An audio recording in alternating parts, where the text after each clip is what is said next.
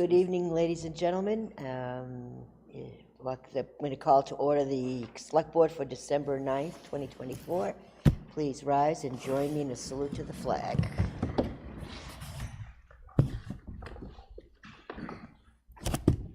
I pledge allegiance to the flag of the United States of America and to the republic for which it stands, one nation, under God, indivisible, with liberty and justice for all.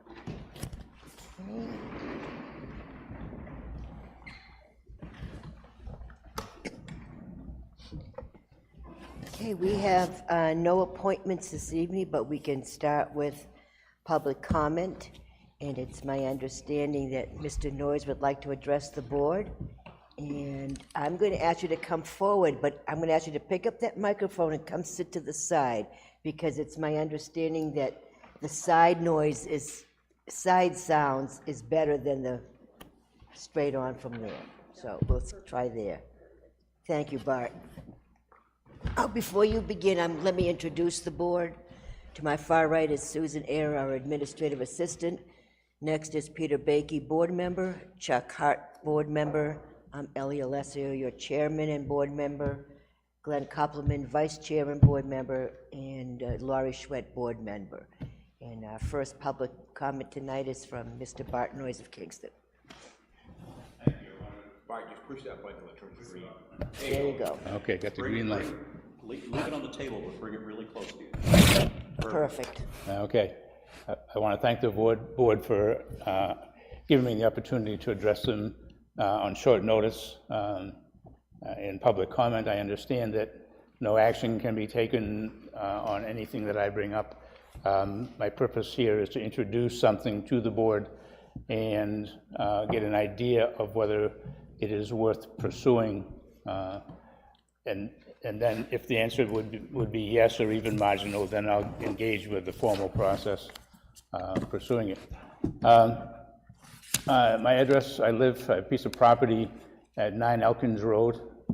It's a 35-acre piece of property which the town holds a conservation easement on. I joined the crew that walked the Owl property when they were introducing their logging project to the community, which is underway now, has been underway for maybe a month. And I expressed an interest at that time in having my property logged. Again, it was logged about 25 years ago.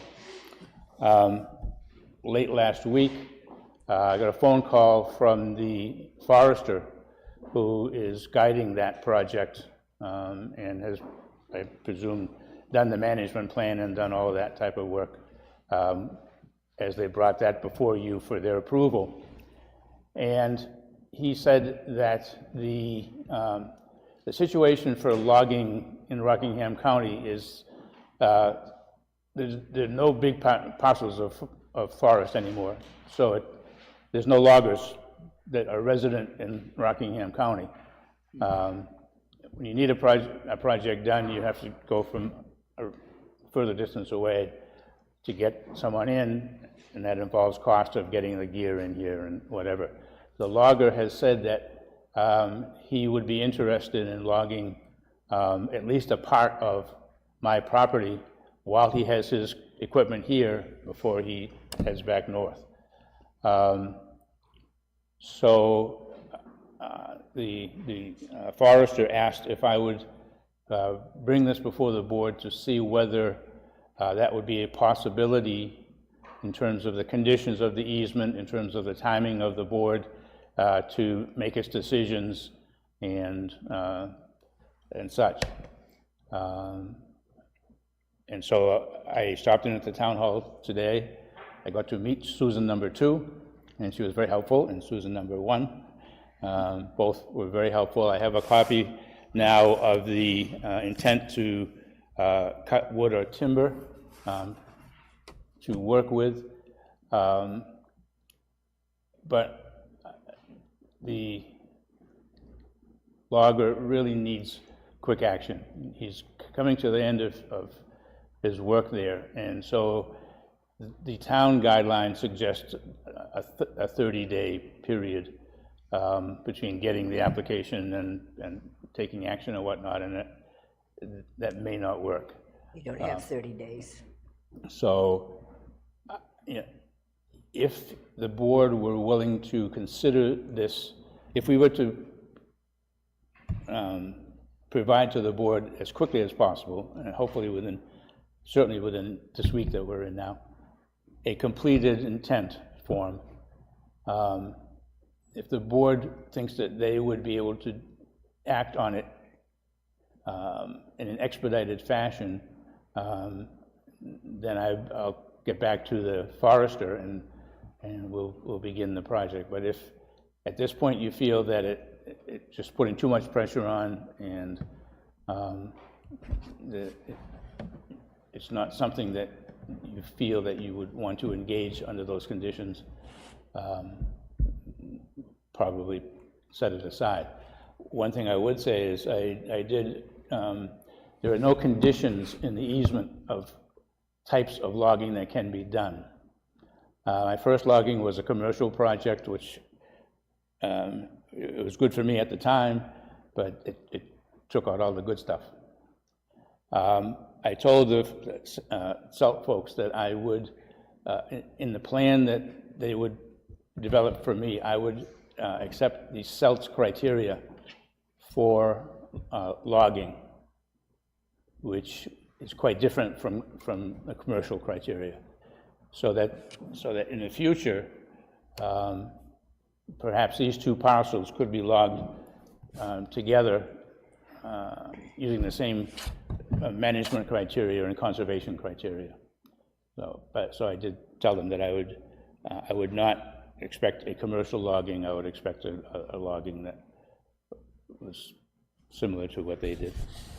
So I guess the bottom line is, would you be encouraging for me to contact the forester and get a completed application suite?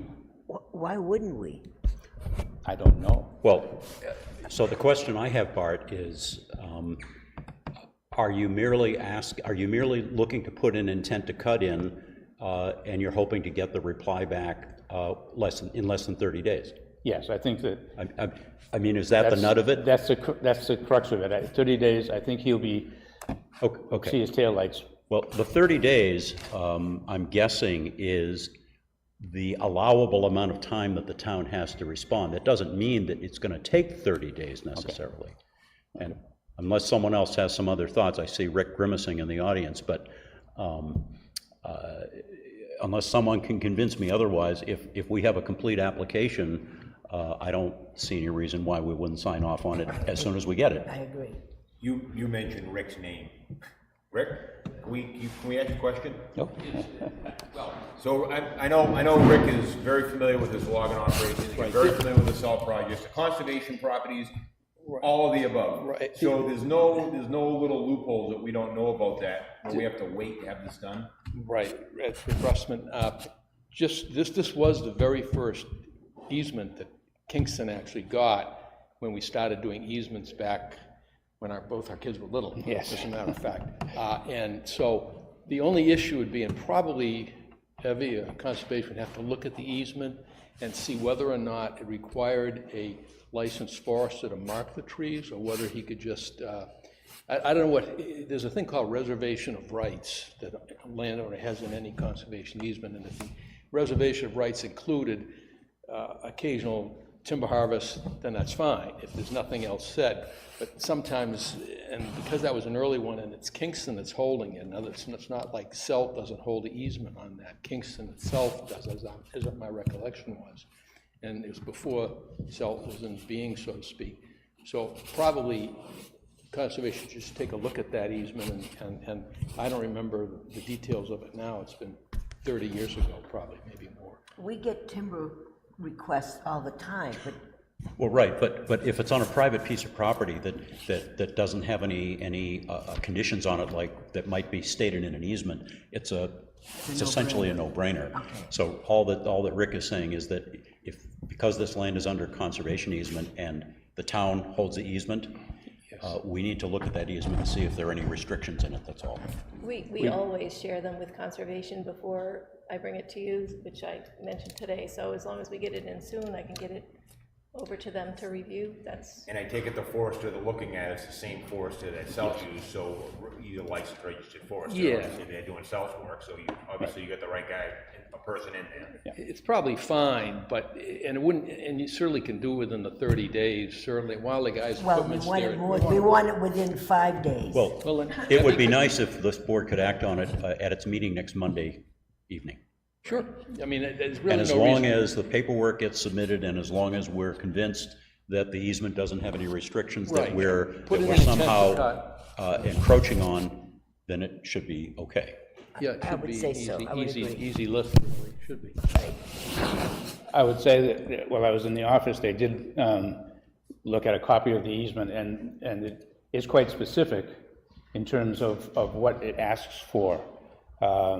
But none of the specificity is other than what South would have provided for their, for their project, requiring requires a registered logger, and there's a bunch of language in there. So you will find that when you look, and that's fine. And Evie, probably, that should be, as soon as it's assigned to the Conservation Commission, they should look at it. I mean, the issue would be, if he wanted to just clear cut the place, I'm sure that would violate the easement. But, so there's gotta be some language in there, maybe it's gotta be a licensed forester, which South has, so it probably will all work, but it just should be reviewed by Conservation to be safe. Well, let's see if we can get it done so we can sign it next Monday. How does that sound? That will be good. It gives me a deadline, and I will be on the phone tomorrow and hopefully get this returned in a day or two. Thank you. So if there's any delay in reaching conservation and getting a response, the more legwork that you can do to help Susan out, the better, because without that input, we might be a little bit short of information to make a decision. Good. Thank you. You give me the guidance that I'm looking for, and now it gets us back in my court. Okay, Thank you. thank you, Bob. Any other public comment at this time? Could be in any topic.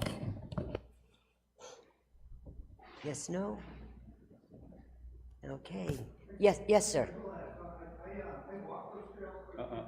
We can't, you can't hear you back there. Don't speak until you sit down in front of a microphone and make sure it's green. Yes, Yeah, they do. No, it's not. You may not hear it back there, but everyone else can at home, so Is it push the green? button. Push the button. Push Push it till it. it's green. There you go. Thank you. There you go. Better?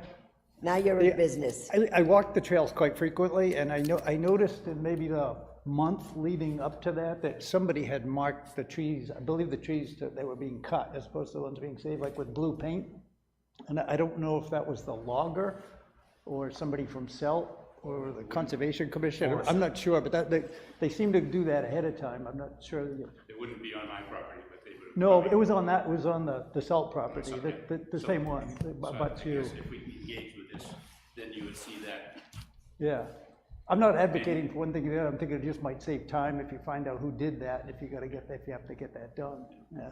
And the other thing, if I can just, before I leave, the logger said because. Microphone, Bart. Thank you. The logger said that because there is a wetland running through the middle of my property, that he may not have access to all of it. When I initially did it, we had a landing zone by the Kosakowskis on Rock Rimmon Road, and we had a landing zone on Elkins Road, and they worked in both directions. So this may only be a piece of this, but Okay, it would be the piece that abuts the Owl property. okay, thank you. Thank you, Mr. Akers. Any other public comment at this time? Pam?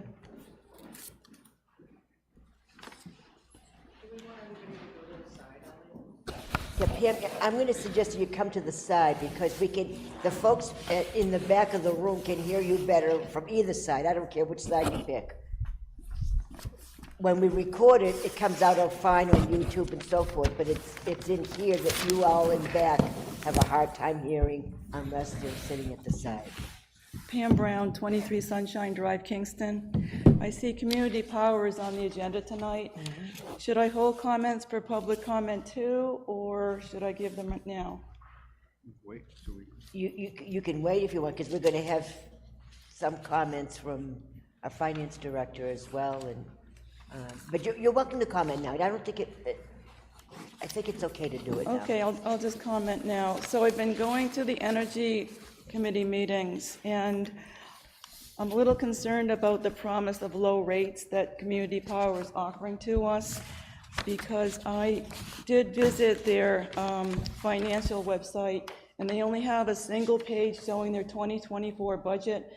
It's very scarce on details here, but they do acknowledge that they take grant money for their operations. So I learned that during the Inflation Reduction Act that was passed in Washington on 2022, there was a large greenhouse gas reduction fund available to nonprofit organizations that pursue renewable energy. So I would like to know more about whether this organization has taken any grant money, and if so, do they anticipate that might be coming to an end, and how that might affect their rates coming up in the next year or two. Also, on their Join the Coalition flow diagram, it notes that once a select board touches pen to paper and signs the joint powers of agreement, you basically joined CPC, you're a member. Then you developed an energy aggregation plan, and the plan is what is forwarded as a warrant article to voters. So it's not just that they're voting on whether to join. Signing that paper is actually joining. They show a sample Unitil bill at the Exeter page. Exeter is now a member of CPC, and it looks mysteriously like a regular Unitil bill. The only change will be where the electricity service notes it's coming from CPC. So by opting out, you have to really be paying attention in order to know that you've opted in. And that's a concern for many people. And finally, I would like some information from the CPC reps regarding continuing obligations. Any member town that withdraws or terminates membership shall continue to be liable for obligations under any project contract and cost-sharing agreements for the remaining term of any such agreement. And the corporation may withhold funds otherwise owing to the member. I noticed on the Exeter page under Q&A that there are 4 different rate plans you can pay to CPC, the basic granite, and then there's Clean 50, it's 50% renewable, and Clean 100, 100% renewable. Those last 2 plans are optional plans, but they entail additional strings attached. Let me put it that way. You're actually buying into some specific infrastructure plans they have, and then again, you're obligating those rate payers to long-term debt, possibly because they would issue bonds. So I would like more information. Has that happened? Have any rate payers noticed an increase due to those specific optional plans? Just as a scenario, what would happen if 50% of our rate payers went to the optional plans? What types of projects might they be obligated to fund over time? Thank you so much. Thank you, Pam. Other comments? Glenn, did you want to say anything at this time? No, all right. Well, I mean, it's on our agenda, so maybe we should wait until, Okay, until that time. That's fine. No worries.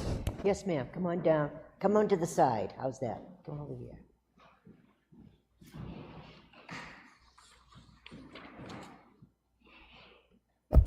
Hi, Laurie Morey, 56 Little River Road. Is public comments for anything? Yes.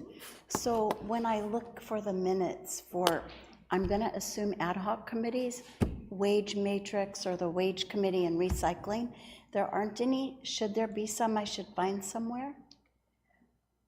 Because I couldn't find them, and they're not listed as committees anywhere.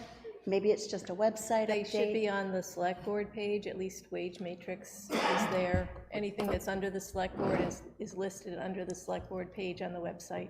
So it'd be under select board, not committee meeting and town? The solid waste and recycling is on the trash and recycling page. I didn't see a trash and Get the microphone recycling on. thing to push on there, but It's hard to find, because I've had trouble finding it too. It is yeah, I was hard to looking find. I looked under town, I looked under minutes, I looked under different things, and I couldn't find it, but it's there. So select board is for the wage, and then the trash is somewhere. Is under the DPW. Public Works, Oh, DPW DPW. guys call it here, okay.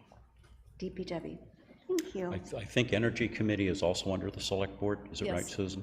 Okay, energy. But we haven't started that, I don't think, yet. Oh, sure. Yeah. And did? if I Oh, yeah. was interested in being on the energy committee, what do I do?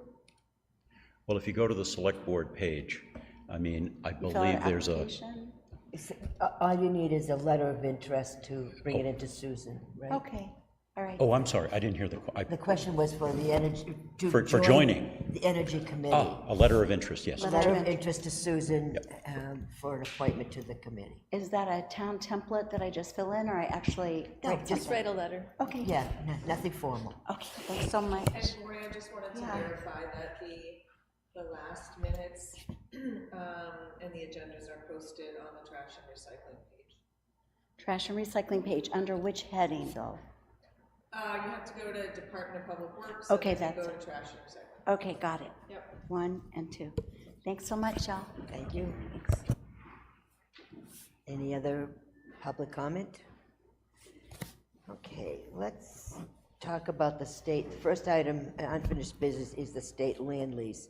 I know there's some aspects of it, the legal review would have to be a non-public, but I did ask our finance director to review that, and I'd like her to come forward and raise some of the issues.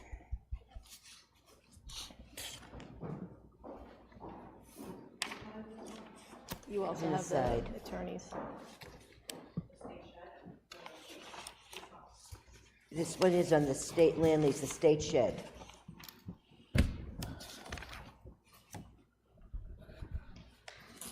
Unless you would prefer to do the whole thing in non-public for the, Let's yeah, talk about what we can in public. okay, yeah, I'm good with that. So, it says that the town can make improvements on, Before you continue, I just want to clarify for those at home, where the collection center is currently located across from the boat launch on Main Street, we have an opportunity to extend the lease. And so right now, we're reviewing the lease that's been pro-offered to us by the state of New Hampshire. Which, if I'm correct, is the same lease that we were currently under Correct. that expires soon. Expires December 31st. But it's the same That's lease, correct. is that That's correct? correct. Okay, yeah. okay. I believe there's no changes, but I don't know. Well, that's what I've been told, but I There's just no- wanted It's to, the same lease. okay. Okay, go ahead, Paul, I'm sorry. that's okay. So, that one section says that the town can make improvements on the land, but in another paragraph, it says that the state can cancel the lease at any point. And then it says that, so we can make improvements, we can construct things on there to make whatever we're using it for easier. But the state and the town may each terminate this lease without cause by providing the other party with notice of termination at least 90 days before the effective date of termination. Then upon the cancellation or termination of this lease by either party, the town shall have 60 days to remove at the town's expense all personal property, equipment, fixtures, and improvements from the premises. Any personal property, equipment, fixtures, or improvements left on the premises after 60-day period shall become the real or personal property of the state, but shall not relieve the town of liability for the cost of their removal and restoration of the site. So that's concerning right there. Yeah, yeah. Because if if we were to make it a transfer station and we built a structure, and then the state, or we left the lease, and the state doesn't want that structure there, it is our cost to remove it. Okay, fair enough.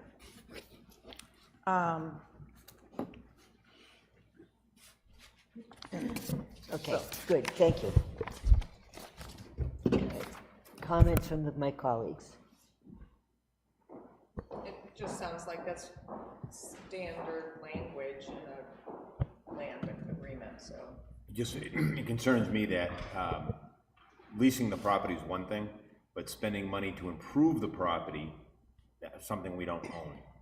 Whether we gotta take it down or whether we just lose the contract, because they can cancel at any time, anything we've invested into that property is now gone. Or we have to pay to remove it. Right. It just, I have a difficult time putting money into a property that we don't own. That's just my personal thought. Any other comments at this time? I guess if we don't continue with the recycling, just decide that it's not advantageous or whatever. You mean curbside? Yes, I'm sorry, yeah, that we would still have the property with just using it for, as we use it now, with the highway department storing their things and stuff there.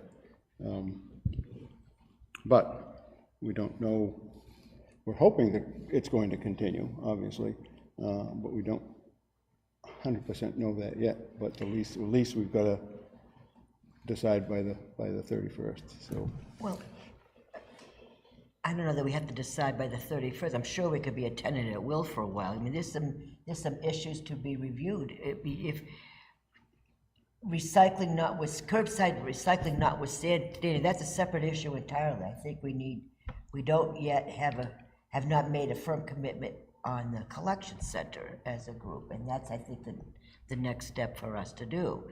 And the thing to be considered is, do we want to invest in land that we rent versus land that we own, like the fairgrounds, for example? I don't know that we can make that decision in the next 2 weeks, to be honest with you. So my take on it is, first of all, I don't know what we might, as a town, put onto that property. I don't think we have a plan yet about, I mean, are we gonna put a building there? Are we just gonna have sort of movable kinds of? On the current property. Right, The on the release, current one. Yep.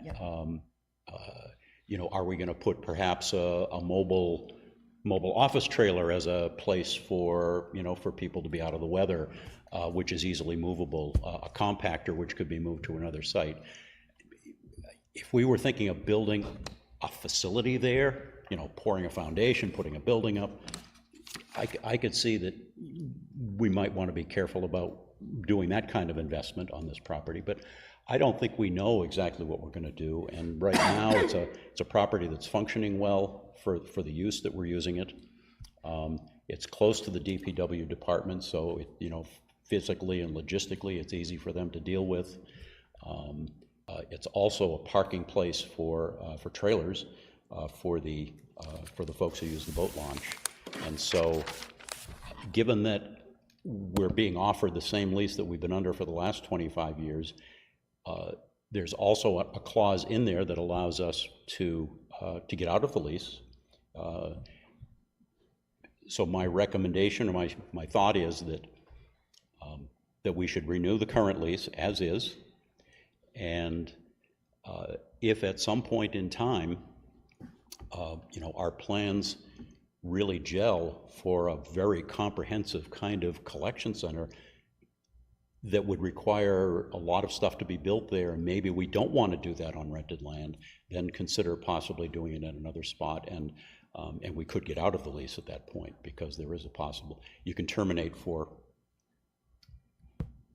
cause or no cause? I think it just is terminate at will, right? Is that what you said? Or either party could with 90-day notice. Right. But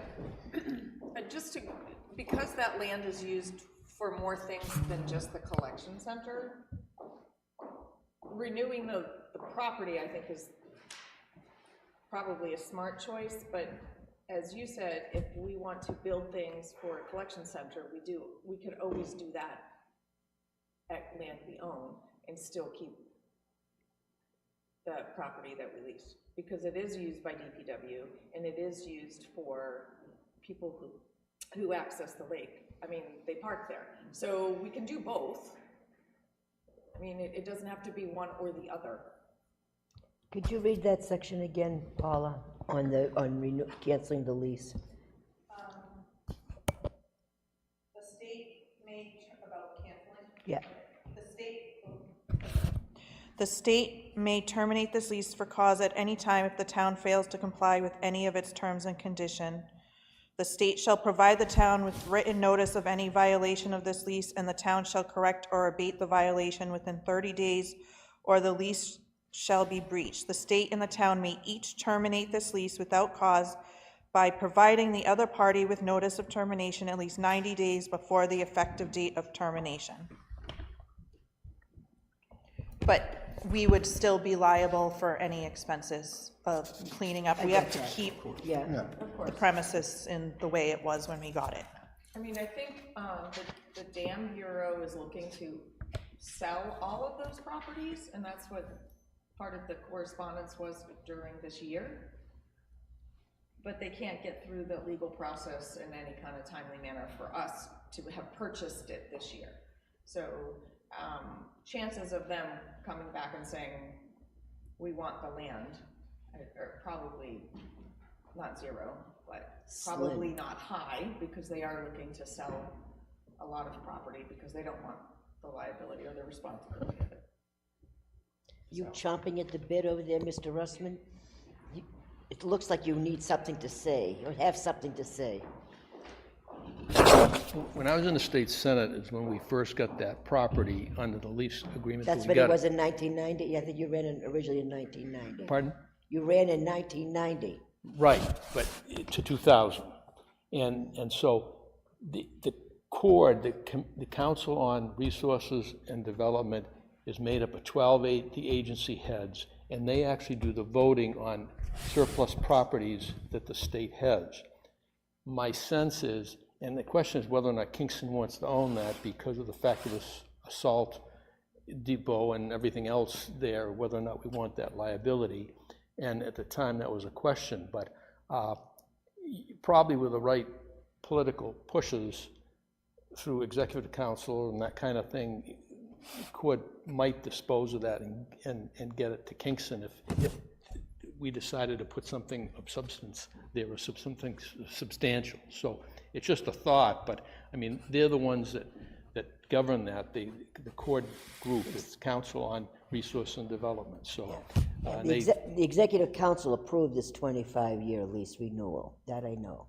Right, and you might be able to step that up more if you wanted to own it, but that's the question, another question altogether. That's the $64,000 question. And politically, they're not gonna just cancel the lease and take the place back. I mean, it's not that strategic a piece of land, but anyway. Which is why I'd like to stay with tenant at will for now, only because I'm not sure what direction we're gonna go in. I mean, the collection center, if the collection center takes off, if we're gonna invest, I like the idea of investing at the fairgrounds and putting more emphasis, and having a plan. We don't have a plan yet. And I feel like we're just floundering and say, yeah, we'll sign it, but this 25-year lease to me is just too long. But it's more than just the collection center, Ellie. I understand that, Laurie, but I'm focusing on the collection center because that's the immediate need, is the collection center. That to me is, we wouldn't be discussing this if it wasn't for the collection. Well, sure we would, because the lease expires the end of this month, so we still have to renew the lease. So whether the collection center's there or not, we still have to, where are we gonna have Public Works put all of that stuff? Where are people gonna park their trailers for the pond? We still have that land, right? So we still have to make that decision, collection center or not. The lease expires the end of this month.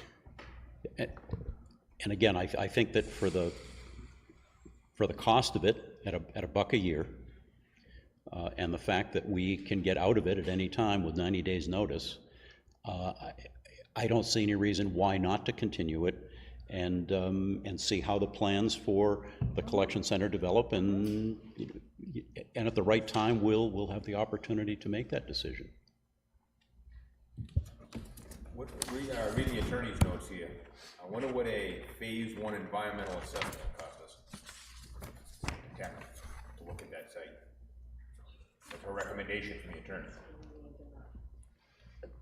I think that those are the issues that need to be discussed in non-public.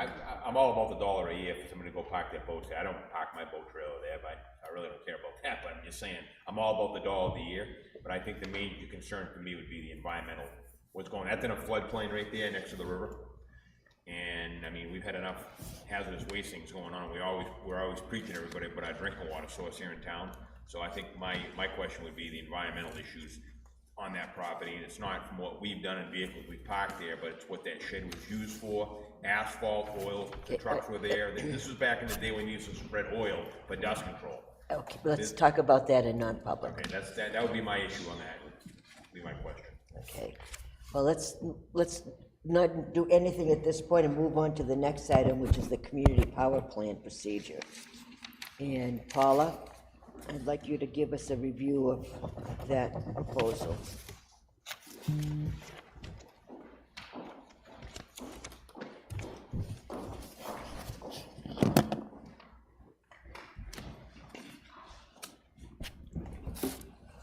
So I read this extensively over the weekend. My first question is, what is the benefit to the town in real numbers? We haven't gotten that answer yet. We should also get a list of any and all costs that the town would incur.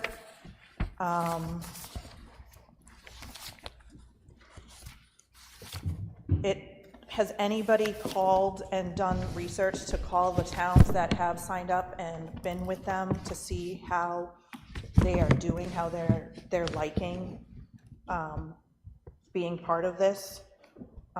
Has anybody followed up with the 3 towns that left after a year or after 5 months and found out why?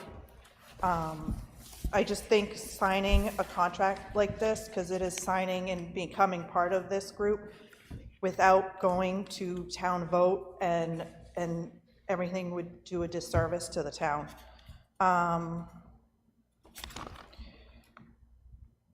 How would it be financially? It says that it'll be financially sustainable. How? I haven't read anything in here saying that. It mentions a lot of cost sharing and how the members, which would be the town, would be responsible for costs for various projects. Yet we were told that there are no costs to the town. So what are these costs? It says under general administrative costs,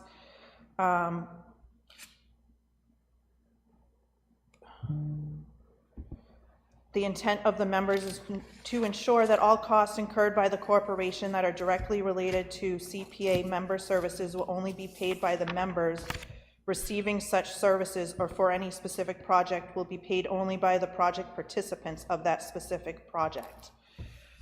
They said that there's direct project costs that shall be recovered directly from the members. That would be the town.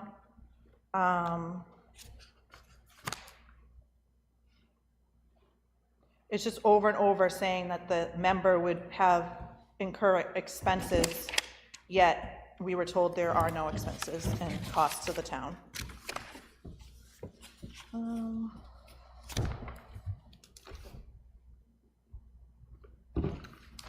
In section 10, Article 10, Section 3, project participation and terms, each member's participation share allocation for the project shall be based on financial commitments made by the participating members as otherwise may be agreed by the participating members in a particular project.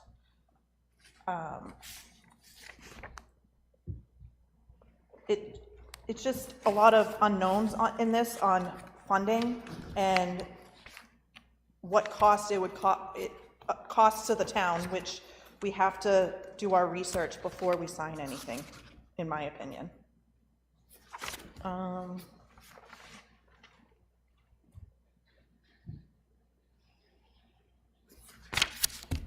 Sorry, I had a lot of notes.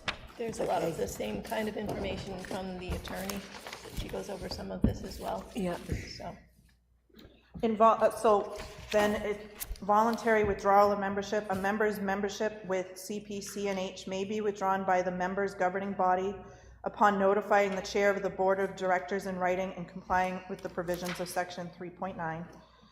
Then involuntary termination of membership. A member's membership with CPC&H may be terminated by a 2/3 vote of the entire board of directors, with the exception of the terminated member's representative if they are also a director.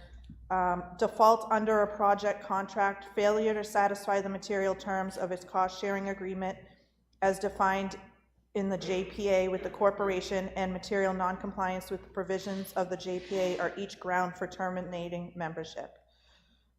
Any withdrawn or terminated member shall execute all reasonable and necessary documents to effectuate such withdrawal or termination, and such members' continuing obligations shall be pursuant to the same terms for continuing obligations as provided under Article 4, Section 6 of the JPA.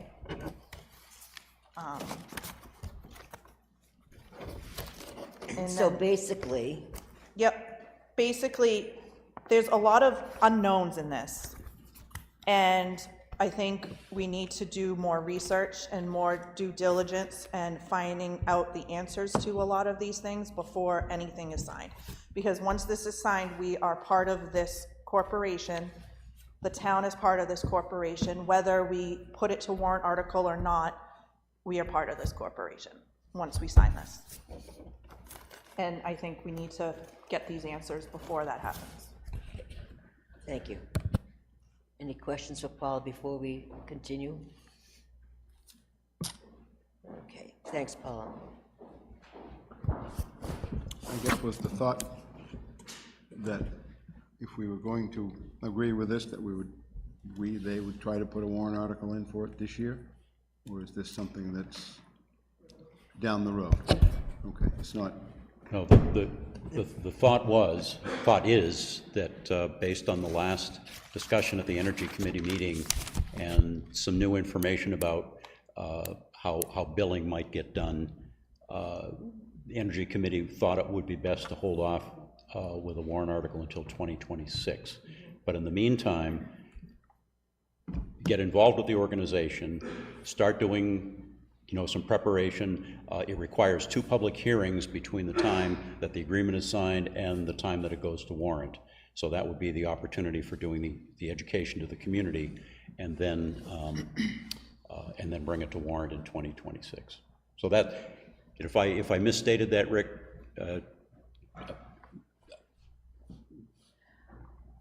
Well, given that we wouldn't be going to warrant for another year, I think it might be a good idea to contact some of the towns and see how they felt about the pros and cons of being part of the collective.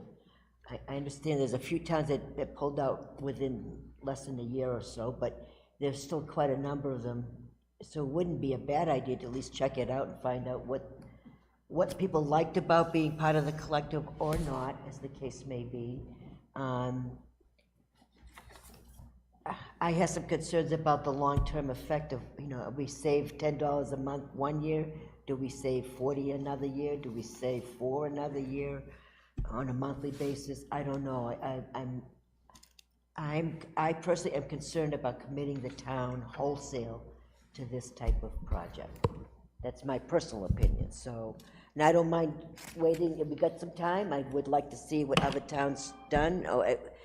Just because Exeter does it doesn't mean we should have to do it, but there's got to be some pros and cons on both sides of the equation. We could still hold the hearings come next fall in preparation for the warrant the following year if we still we like the idea, we want to move forward, there's commitment from the community as well, but until we do a little more due diligence, I think we should hold off on signing anything. I'm not ready to commit, I personally am not ready to commit at this The time. way I understand it, you can take time and research it more. By signing the JPA, that just allows them to assist us in going forward with the plan, because they'll help with that.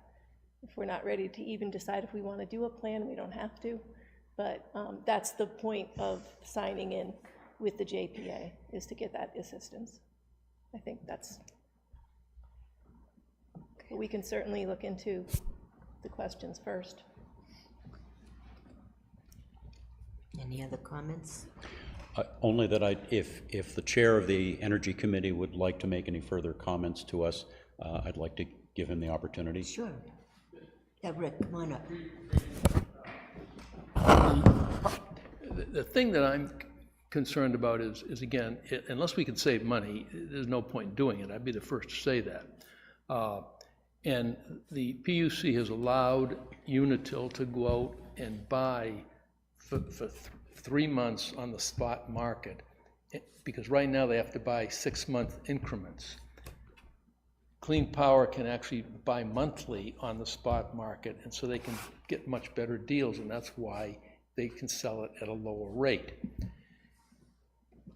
Given the fact the PUC has allowed Unitil now to go out and do this for a 3-month period as a trial, that's part of why we really need to wait and see how, if Unitil is going to, are the rates going to come down to match Clean Power? If they have the same rates, I'd be the first to say, there's no point in doing this. I mean, this is, if we can't save money, then I'd be the first to say. What's the point, right? Yeah, at the same time, this is not something that's going to be, we're talking like 15, 16 months away before there's a vote on this, so there's going to be lots of public input, and I'd like to see all of Pam's questions get answered, Paula's questions get answered, and Henry's agreed to come down to other meetings that we would have.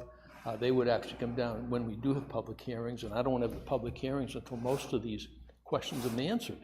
And then have the public. Makes sense, Exactly, absolutely. to make sure it makes sense.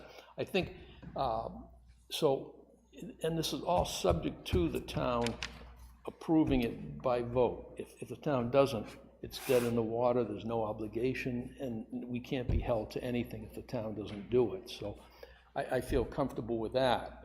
So, I mean, nobody's trying to rush the thing through here to make sure but we do have to do certain steps along the way to make it kind of happen. That's the idea. So. Right.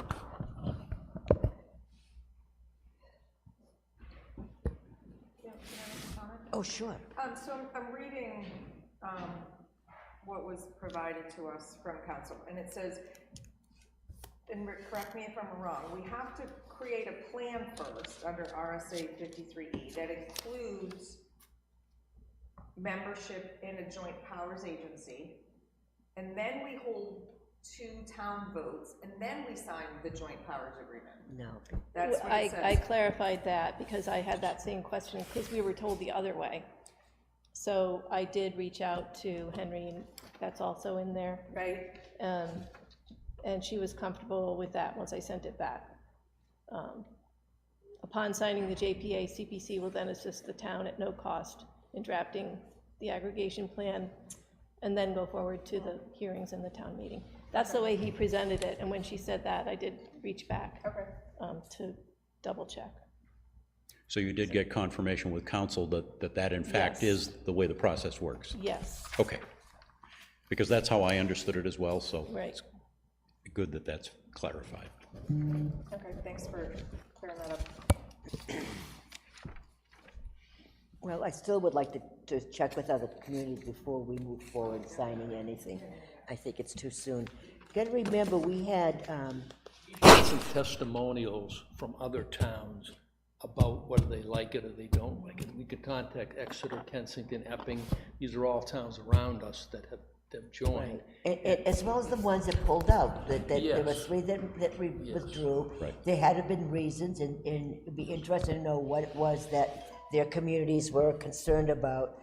I know we didn't approve it, but when Unitil put in that solar field down off Mill Road, I believe, isn't it? Well, the planning board Toll approved Road. it. That's right. As a site Planning plan. board, yes, thank you, as a site plan.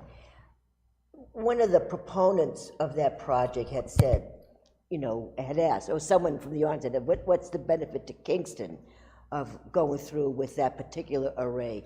And the Unitil representative said, well, there's no immediate, but if we can generate enough power and wattage out of there, that impacts our customers who can then get better rates on their bills. So that's another piece that's influencing my decision to hold off and wait and see what's going on. If the PUC has allowed Unitil now to do a 3-month buy as opposed to a 6-month buy, that could have some serious implications for us, and we might want to wait a little bit longer and maybe develop a different type of plan down the road as they evolve. Doesn't mean it's bad now, but that maybe there'd be more information coming forward that would be better for us in the long haul. So, go ahead, Rick. No harm in waiting another month or 2 months or whatever, and let's get some feedback from these other towns. Okay. And see what they have to say, and then revisit it at that point and see what we do. Okay, that sounds like a plan. Everybody okay with that? Okay.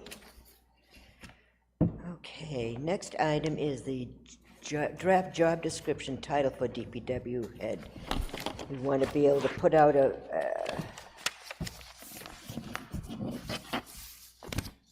look for applicants. We've had full-time highway director, road agent. We've had Phil helped us change his title to public works director.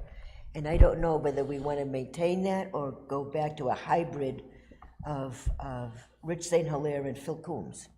And it basically is what I'm asking. It's up to you guys, but we have a draft of what the job description would look like with the inquiry for the position. We're hoping our interim loves his job so much he convinces us we should keep him, but that's another story. I'm just putting in a plug while I can, since I have the microphone in front of me. My biggest concern, other than looking at it, and you don't have to make a decision on the items in there if you want to make some changes, but the title is something we need to really focus in on as well. Mr. Koppelman. Thank you. I think, and you, in some of our discussions offline, I think also had concerns that DPW implies a lot of infrastructure, which we don't have, and so forth and so on. But by the same token, the person in that job has more responsibilities than just roads and highways. Correct. So I made a couple of notes on my sheet, amending the title to something like Highway/Facilities Director or something to that effect. And then in the body of the responsibilities, because right now the responsibilities, to my mind, relate mostly to roads. But in there we could include town property and facilities maintenance. Yeah, buildings and grounds type of thing. Right. Yeah. And that I didn't see, and if I missed it, I apologize, but I think there should be a specific bullet point for the responsibility for the MS4 stormwater permit compliance. Yeah. Okay. So that's kind of where my initial thoughts are. Okay. Other comments?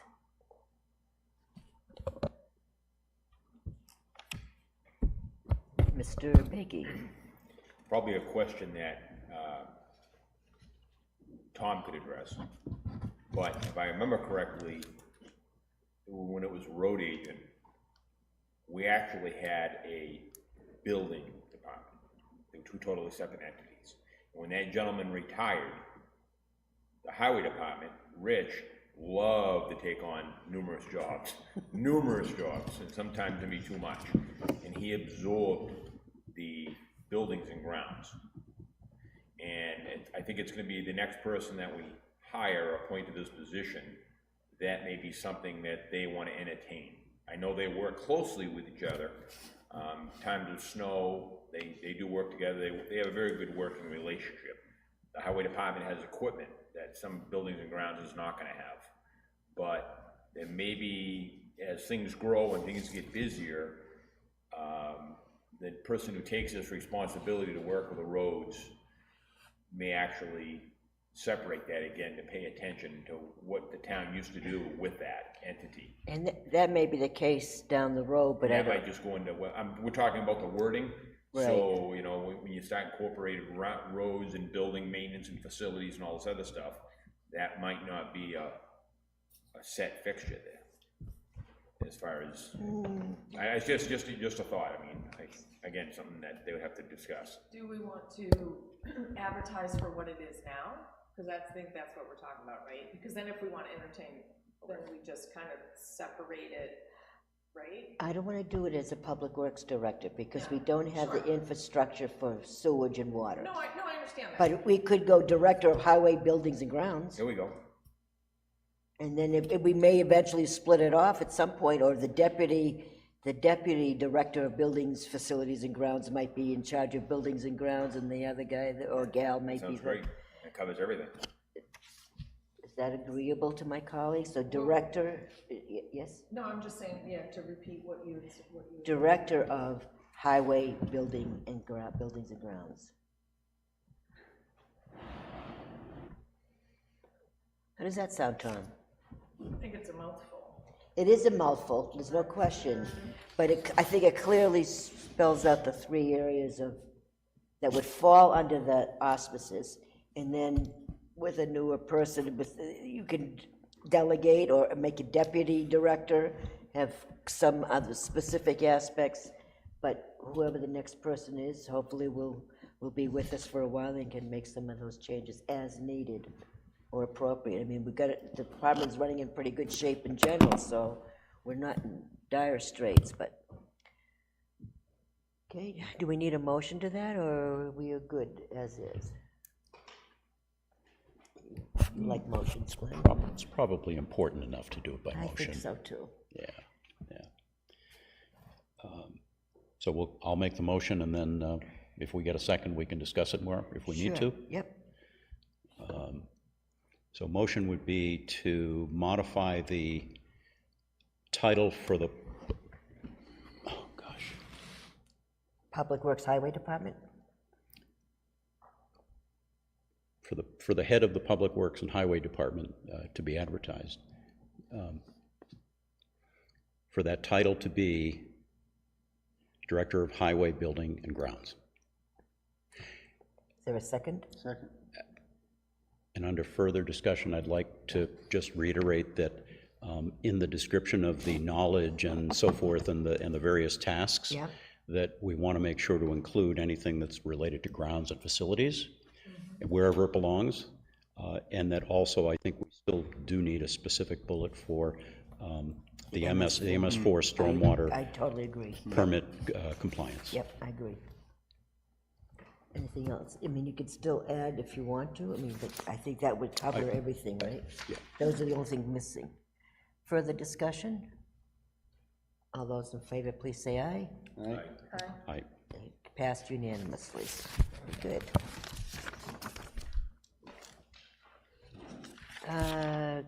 Update on the cloud permit online payments. I know you had said, Paula, did you want to, I think it's a little bit soon for an update, isn't it? I gave you a list just to let you know that which are installed. And I gave the same list to Paula because she needed it for, Oh, okay. what, pardon me? That was just for our, It's just for your information. You've been asking, how many of the agreements I've gotten back. no, you're Oh, talking about. I'm sorry, I jumped ahead. Go ahead, never mind. Never mind. Yeah, the other question would The be for Paula. online, I think Paula reported out a couple of weeks ago, there would be sometime in January.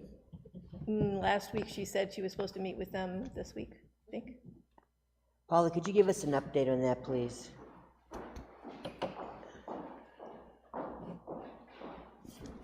I thought we were settled. Go ahead. When I first got the information, they said it could take up to 90 days, which I had stated that back when we first signed on with them. And then last week I met with our, I'll call her our project manager, and she made a date of February 1st, but she said it'll be done earlier than that, because they're literally building this to go for our needs, so it takes, there's a lot of steps. We didn't get a cookie cutter plan. Correct.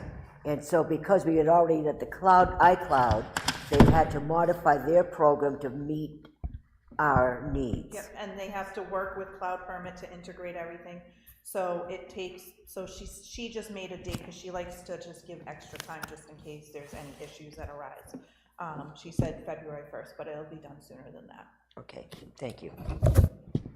Any other questions? Okay, the next is on the POET system, Susan. That's mine. I did share this with Paula so that she has the information for the billing for the grant.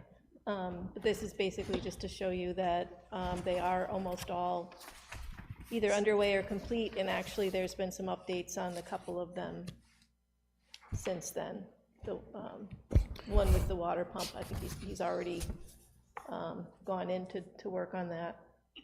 It's not complete yet, but yeah, they're on their way. So Susan, with regard, if I may? Sure. With regard to the first one where it says a reminder was sent to 4 Bartlett Street, do we know where that stands? I didn't hear back from her yet. No, So that's still an open one item? Yeah, I've got to get back to her. Okay, I'll try it to looks call like her. everything else on the front page is either completed or scheduled to be done. Correct. And then there was one, 8 Rock Rimmon. 8, Yeah, they said. well, I was looking at number, where, you were looking at 8. Oh, okay. Delay due to water pump install. Right, and that's scheduled now. That's scheduled, okay, good. And then number 19 says the water techs are having trouble contacting? Yeah, I thought I had updated this. I think that's scheduled as well. I'll double check, but when I reached out to Ryan, there was more done than I realized, so. Okay, so it looks like then there's really only one outstanding one, the first one. Yep, yep. And as they come in, I'm contacting the water company, and I'm sending a letter to the Okay. homeowner. And as we get them scheduled, or as we get them completed, I'm assuming that we're discontinuing the water deliveries? Yes, that's why I call them an ad hoc. I let them know Okay. if they continue, if they want to continue, it's on their own account. And I convey that to the homeowner as well. Okay. So on this, I know that you have, there were 3 at the bottom for existing. So I thought we had 6 existing systems and then we added 21. We have 6 existing, but only 3 are covered by the grant. So these are the ones that I was highlighting to be covered under the grant. There are 3 more that actually I've gotten agreements back on, well, I got one of them back. So how are they covered by the grant? What do you mean covered by the grant? The ones that are existing are receiving the year maintenance under the grant. Maybe it would be better to explain why the 3 that aren't being covered, why they're not being covered. That, I really don't know, but there is a difference, and I did ask early on, there is an answer to that, but there were 6 total. And I think because if they were put in prior by the state or something like that, I can find that out for you. But there are 6 total, only 3 are covered by the grant. So the 3 on this list are covered by the grant? Yes. For that first year For the of maintenance. maintenance. No, I don't think so. Yeah? Okay. I think you need to go offline on that, Yeah. please. Yeah, the town has to maintain them all. I understand that. But the first year, We can yeah. just continue this, yeah, yeah, okay. It might be worth, if we're going to keep this as a running list, it might be worth to keep everything on here and maybe at the end separate them by a line and a notation that, Okay. you know, that they're not ones that That need to be, are being covered under the grant, but it's a way of us tracking all of the POET systems that we're somehow involved with. Right, there are those other 3, I can add those on there. Okay. This was for me tracking the ones on the grant. okay. Anything else under the POETs thing? All right. New business, the permit fees. We had received a complaint about our gas tank permit fees. Pedro, did you want to come and talk to us about that? Come to the side if you wouldn't mind, so we could be sure to hear you. Good evening. So I did receive the email that Susan sent last week with regards to the propane tank company that understand our fees to be high. I don't know if there are more complaints of that nature. There are many companies operating there on that end.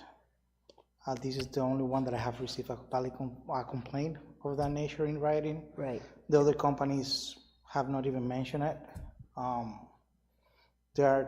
We got many small contractors working. I have right now mechanical permits. There are 32 of them for tank swaps and things of that nature. And, this is the only one that I have heard.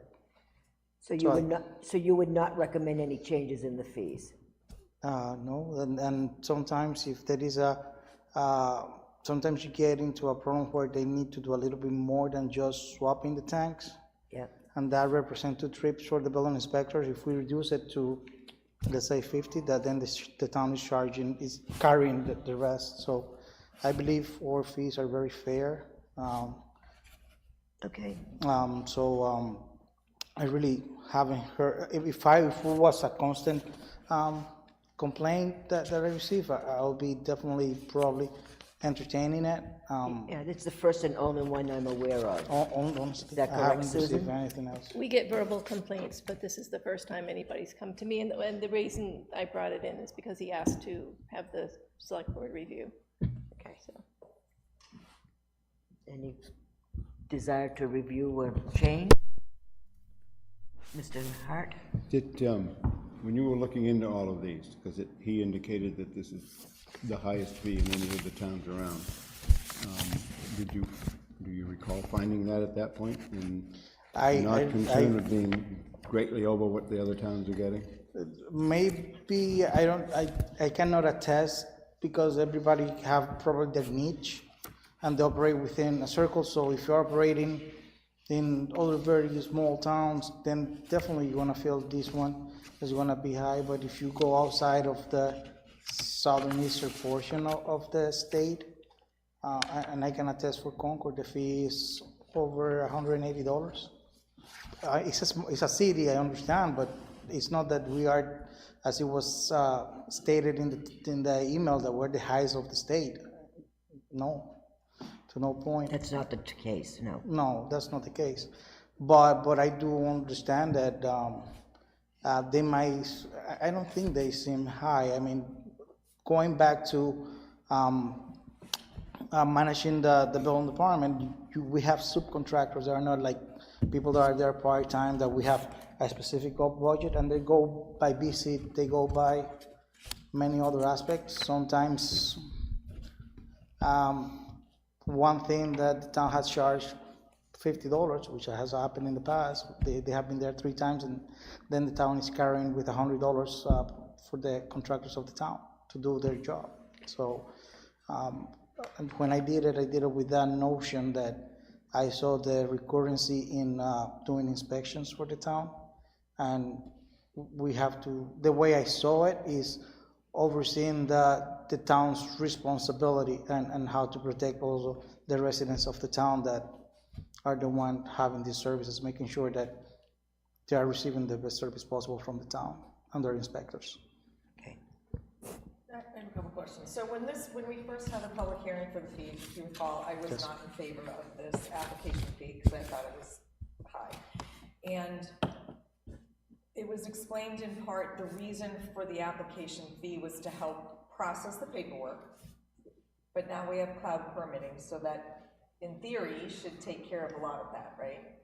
Because it's online, right? So people aren't moving paper, right? They still are doing some sort of work in the back end, whether there is online or in hand paper. Sure, but they get paid for doing that work. By them issuing a bill to the town, yes. So, for multiple trips to a site for an inspection, how often does that happen? Is that like a common thing, or is it just the occasional job where You know, if it's a simple job, it's a one-time inspection. I'm just, you know, Yes, I'm like. no, it can be. But you're saying for multiple, if you're only charging one time for the Yes. inspection, and if you have to go multiple times, are we charging for a reinspection? No, that is covered within the fee, and that's the key about it. When that happens, you can, it's a guarantee that they have done a lot more than what was scoped within the building permit application. And what happened in that manner is that they also need other type of permits. At that point, what we do is, because they already have paid an application fee, we waive the application fee because they already pay an application fee.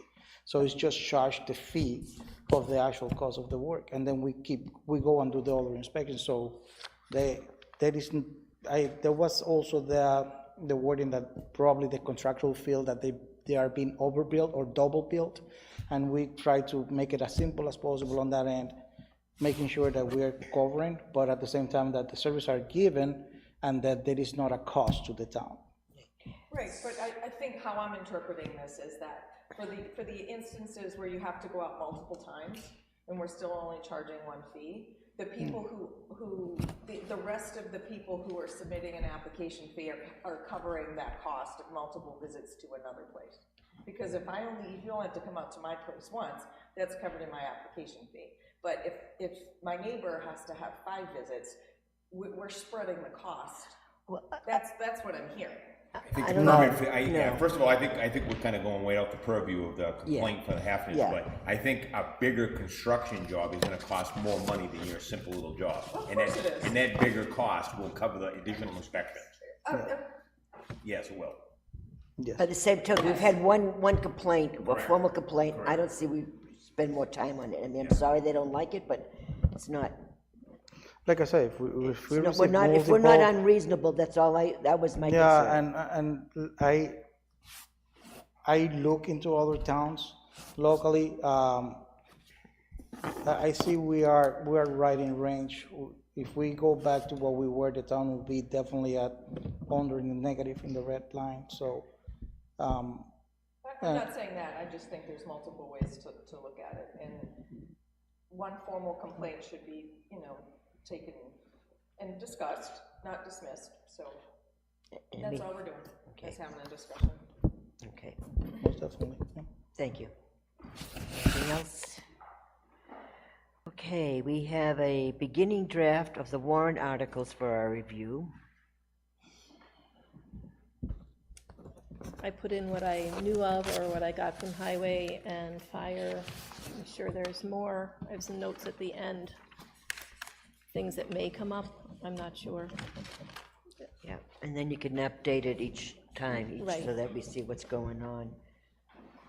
That makes sense to you all?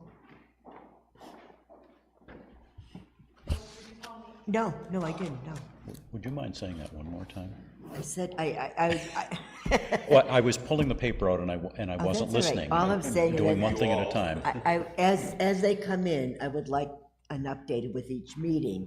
And Susan has kind of to put the date on it so we can okay. get rid of older ones, but that would be great, so we know what's coming in. We might want to rearrange on where appropriate, but not necessarily, I know you have to do the money and the zoning and all that in a certain order, I get that, but it would be nice to see what's coming in over the next 3 weeks. Okay? Do you know if the planning board is planning on any? They have some, but yes, Yeah, they There's do. gonna be 7. Yeah, I talked to Glenn it today. deals I've with got 'em height here on of the top. buildings. Yeah, no, I didn't know if it was as many this year as last. Not as many as last year, No, I think no, there's not even. 7 possibly petitioned, but we'll know by Wednesday on that one. Okay, 7 petitioned articles? No, 7 plus possibly 1 Oh, petition. okay. yeah, there's not that many, it all deals with the height of the buildings and the distance between them and an aggregate zoning. Okay. So, and they were all similar. Okay, I did miss out our committee liaison reports, and so I'll see if there's any reports at this time. Peter, I'll start with you. Nothing for the police department, and we will be having a non-public at the end of the meeting in reference to the building department. Okay, and Chuck? No, budget committee Wednesday night, fire department. Other than that, I don't have anything. Yeah. Benefits Committee met this morning and finalized the draft. We went over the recommendations from legal counsel, so you should be getting a copy of that shortly so that we can implement that January 1st. There's still some areas that we'd like to have revisited, but we wanted to get this done and adopted and then move on to other things at another time. Planning Board meets tomorrow, but there's nothing really big on the agenda in that there.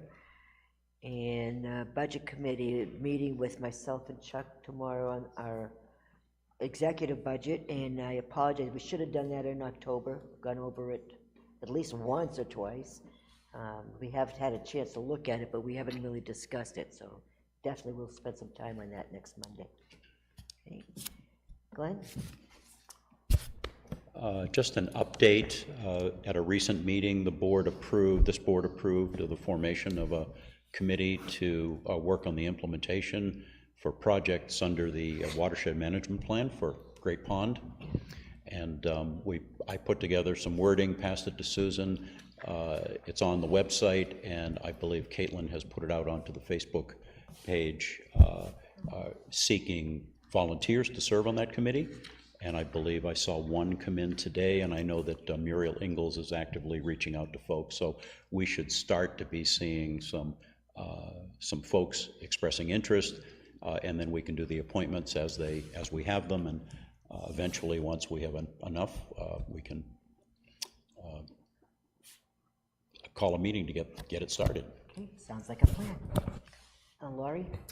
I have a couple things. For the museum, and it has to do with the minutes. Susan, I have a correction on the minutes for when we talked about the Boston Post cane. Oh, yeah.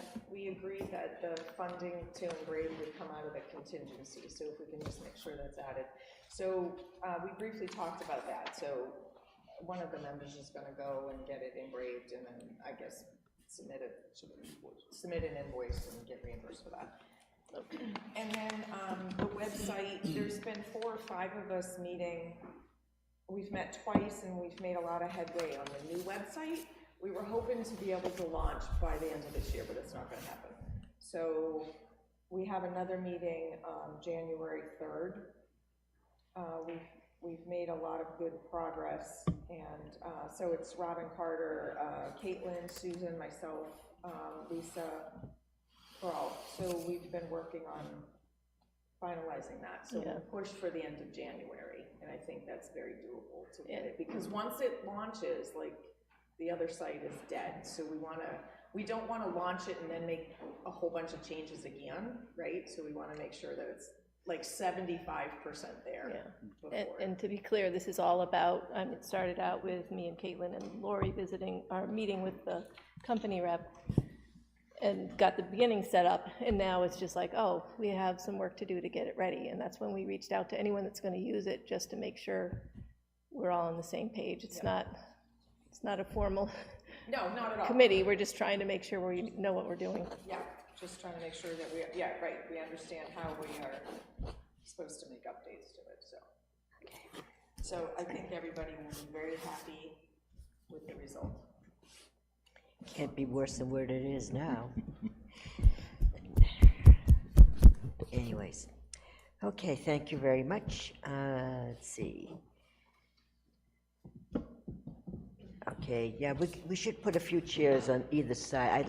I don't want to really change the whole configuration of the room, but I know it's hard to hear from back there, except on recordings. Don't ask me why that is, but it is. That's why we ask people tonight to speak from the side of the table as opposed to the back, because it'd be easier for you all in the back to hear, so. Can you hear better if people are on the side?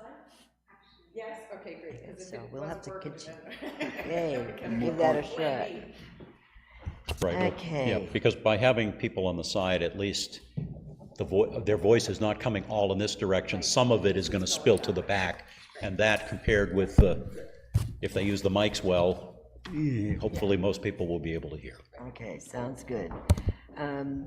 We had a veteran, and corresponds, we have veterans credit application and the access agreement signatures to be signed.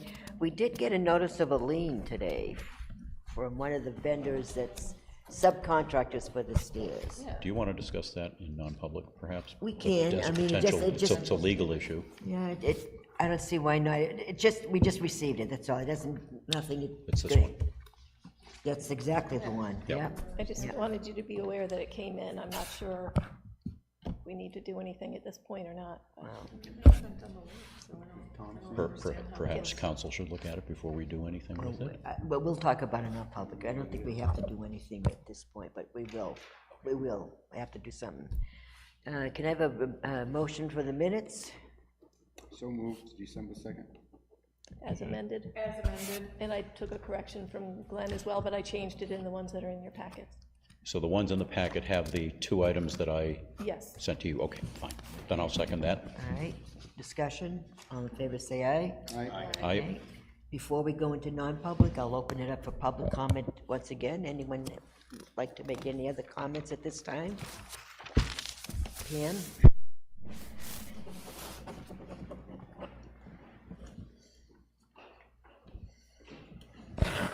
Pam Brown, 23 Sunshine Drive. On community power, I have some more food for thought here. I've been reading the Exeter aggregation plan, and it notes that when this is launched, the select board will have the overall responsibility for community power program and including oversight, overall governance, and will be authorized to contract for the necessary services and power supplies to implement and operate the program, approve energy risk management and financial reserve policies, and continue to provide oversight over the program. So it's really a heavy lift for the select board to agree to this. And it indicates that you can either have the CPC organization itself basically manage the program for the town, or you can take it on, the responsibility on yourself. And by doing that, this may include that the board may decide to conduct a competitive solicitation to hire a competitive power broker and service provider to collaborate with determining the supplies. To hire a power broker, wait, who's gonna pay to hire a power broker for the town? That would be a question I have. I'm compiling a list of questions for you.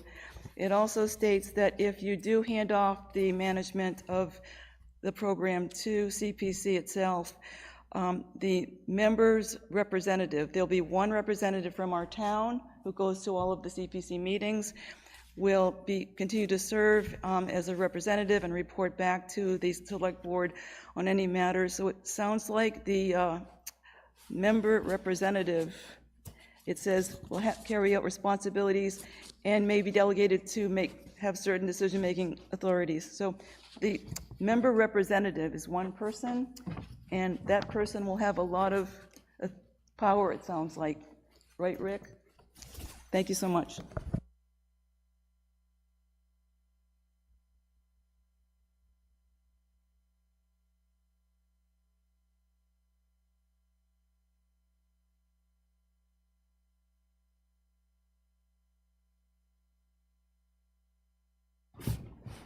I just want to clarify, you're meeting next Monday to review the executive budget.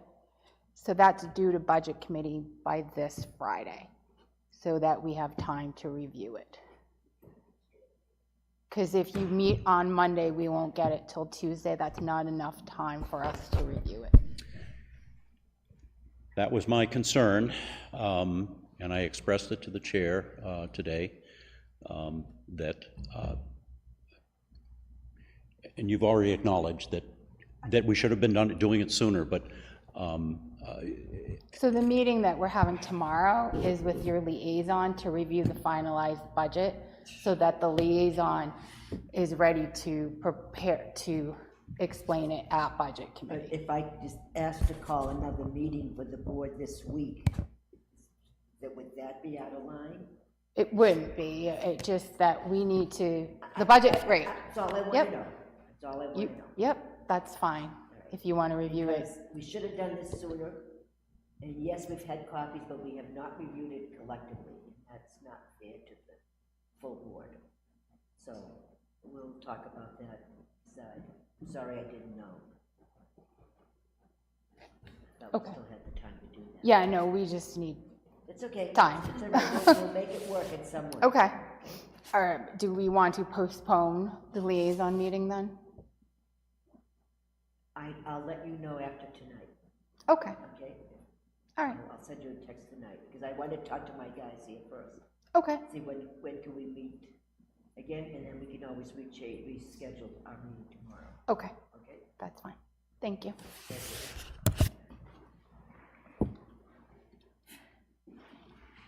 Yes, ma'am, come on down.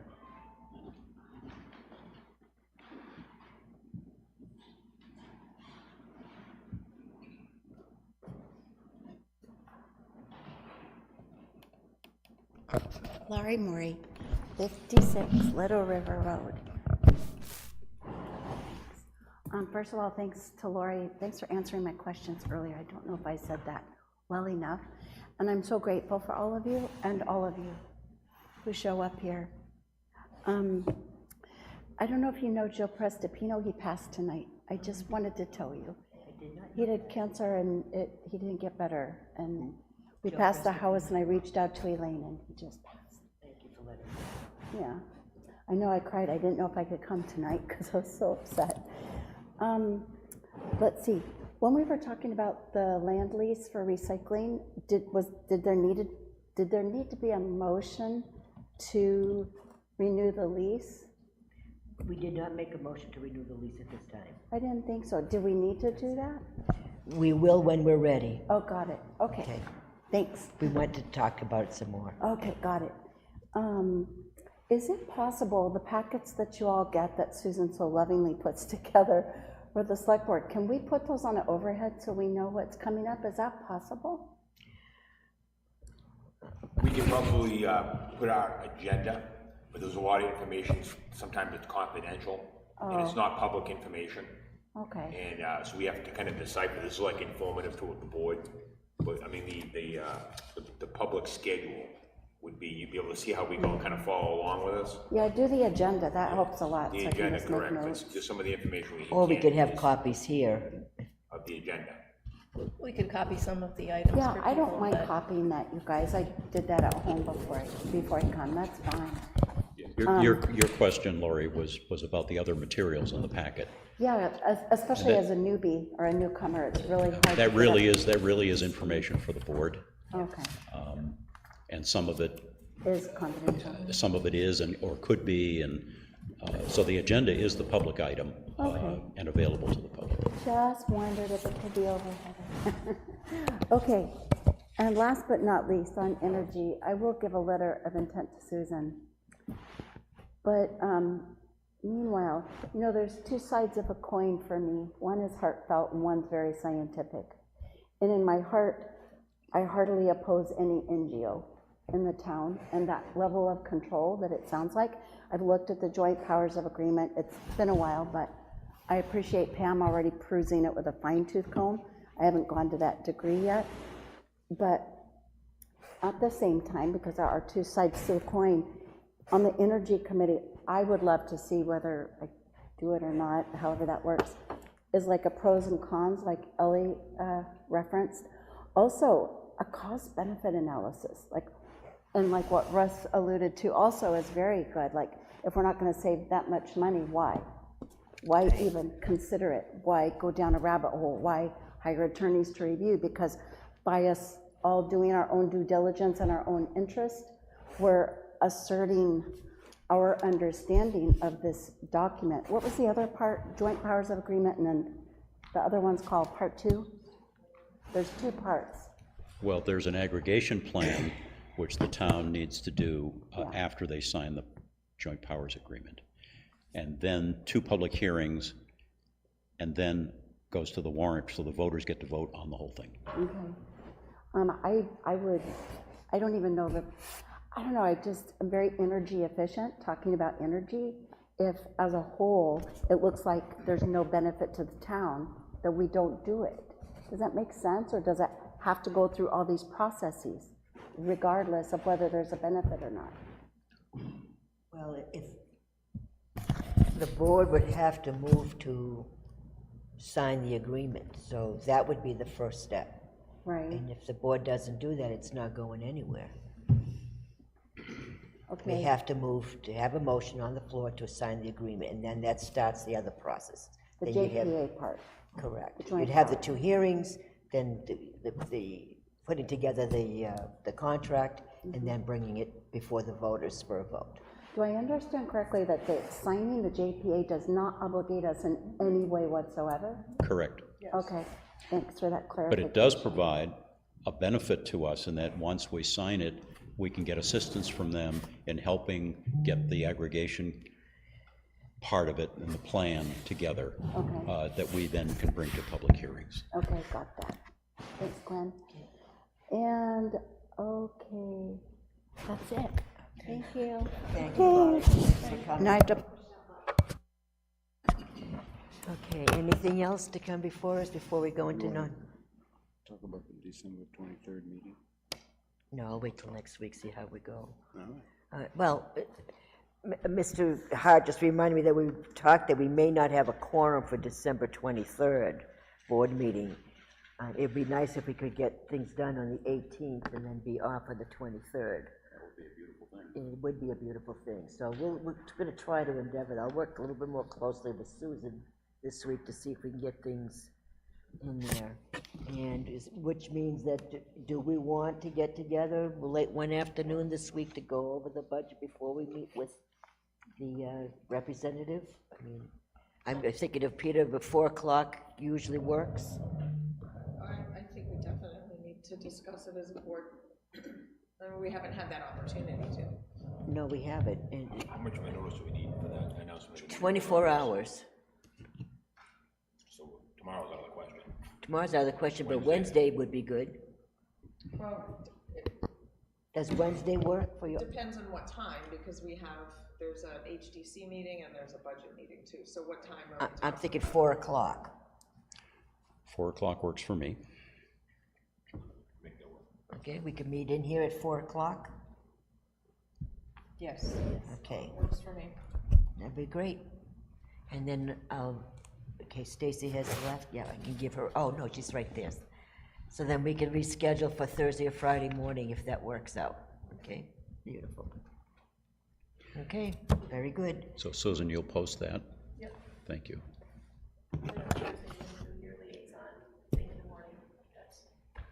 Say what? I don't know yet. It's going to be the Thursday or Friday, but right now you need to at least schedule the 4 o'clock for the board to review its budget on the 11th.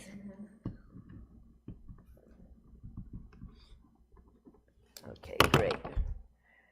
All right, motion to go into non-public for personnel reasons, I believe it is. So moved. In a second. Second. Okay, roll call. Lori? Yes. Glenn? Yes. Ellie, yes. Chuck? And Yes.